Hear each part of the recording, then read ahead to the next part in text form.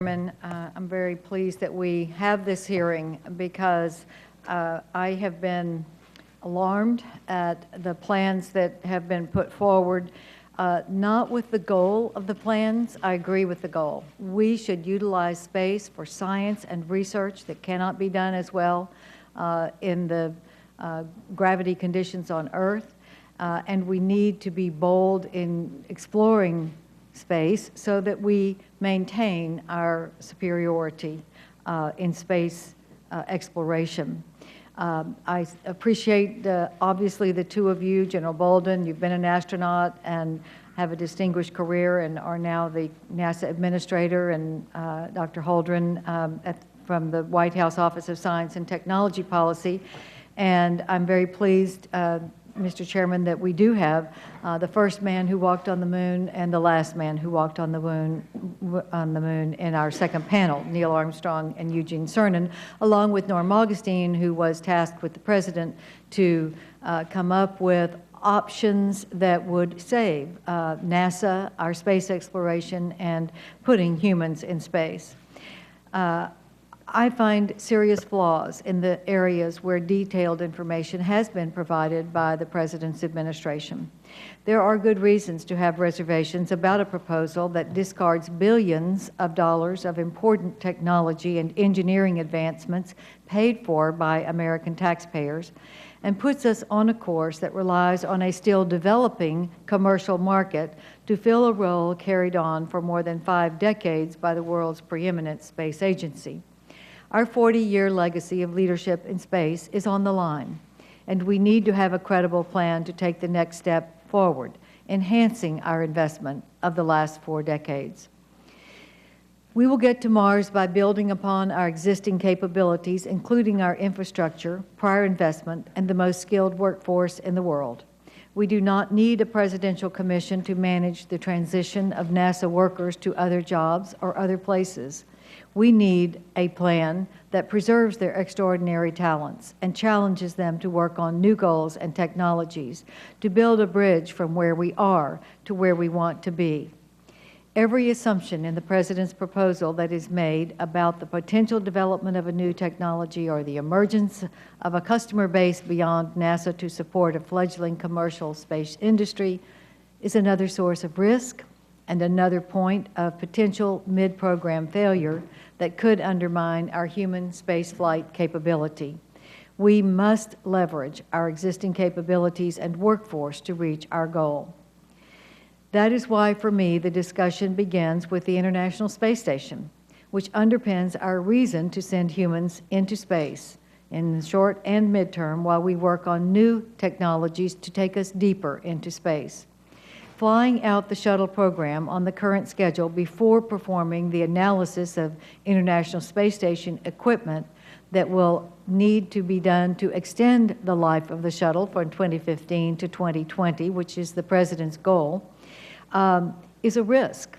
It is particularly risky when those potential needs have not been mapped against the existing or anticipated cargo capabilities that will provide our only means to bring cargo to the station in a world without the space shuttle. I have proposed stretching out the remaining shuttle missions over the next 2 years and adding the launch on need flight as an actual flight with available cargo capabilities. That would allow for the analysis and planning that we must have to minimize the risk to the ISS, the International Space Station, and bridge the gap that has been a concern of mine and also Senator Nelson's since it was first proposed 4 or 5 years ago. The space station provides our primary reason for current and future spaceflight and offers almost the entire business case for many of the emerging commercial space companies in the short run. Safety has been asserted as a reason to stop the shuttles this year. But first, I'm not proposing we add more, just spread them out over a longer period of time, 2 years. Secondly, I do not accept arguments that a Soyuz vehicle our engineers have never had complete access to for study and certification is safer than the space shuttle to carry our astronauts to and from the station. It is time to have an honest conversation about the space shuttle and its importance to our short-term capabilities. I'm hopeful that Dr. Holdren and General Bolden can finally answer some key questions on behalf of the administration today, including, have we taken every step possible to reduce the risk to the space station? How will the technology and engineering advances from $9 billion of investment in the Constellation program be leveraged and utilized if the program is discontinued? Why ignore the actual options laid out in the Augustine Committee report, and why wait until 2015 for the selection of heavy lift vehicle design? What will happen if we do not have a NASA-owned and managed capability like Constellation or some iteration of Constellation, and private providers struggle with cost overruns and ultimately fail? Will American taxpayers have to bail out these companies? What other option would we have at that point except to continue paying whatever it takes to build the vehicles because the NASA capability has been dismantled?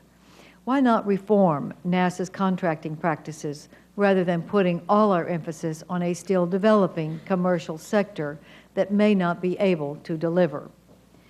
Mr. Chairman, those are just a few of my questions. Between the proposal I have advanced, the thoughts of other members, and the recommendations in the Augustine report, there are many ideas about how to reach bold new goals. American exceptionalism demands that we do better than the proposal that has been put forward that does not have the plans to implement it in a safe and secure way. Mr. Chairman, I would just say that I stand ready to work with the administration. I would like for this administration to have the legacy of continuing our preeminence in space. I do not think the proposal that has been put forward will do that, but I certainly would like to work in a bipartisan and certainly